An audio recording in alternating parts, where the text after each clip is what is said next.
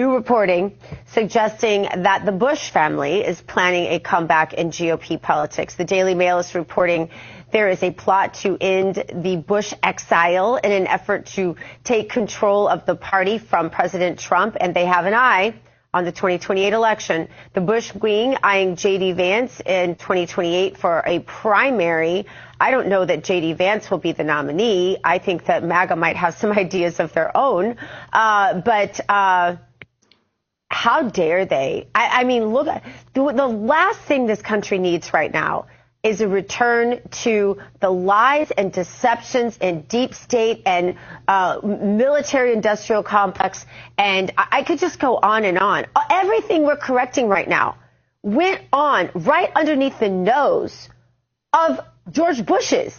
And how dare they think that they can elbow their way back into any good graces within at least the conservative side of this party. I don't know. You know, you guys in the Beltway, you hear a different song playing all the time than I do. So I'm going to let you talk about this.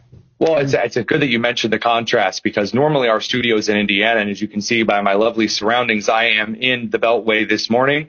The smell is unbearable. But there is something different in the way they speak around here. There is this faux compassion that laces a lot of these establishment Republicans' language that is not actually kindness. It's just worship of the status quo.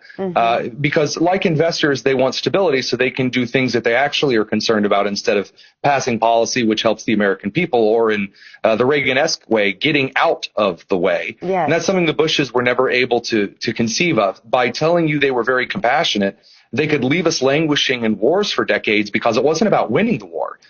It wasn't about actually accomplishing an objective. It was about sitting there and pretending that we're meeting the UN's demands for love, hugs, and a kiss on the way out. And that's ridiculous. As far as this concept that what we really need after the Trump administration is a return to the faux conservatism is ridiculous. Now, I mean, I might maybe in my predictive analysis suggest that it's very likely to be Vance and Rubio, because they really are a good pairing of kind of more populist and the traditional conservative. Neither one of those are Bushian.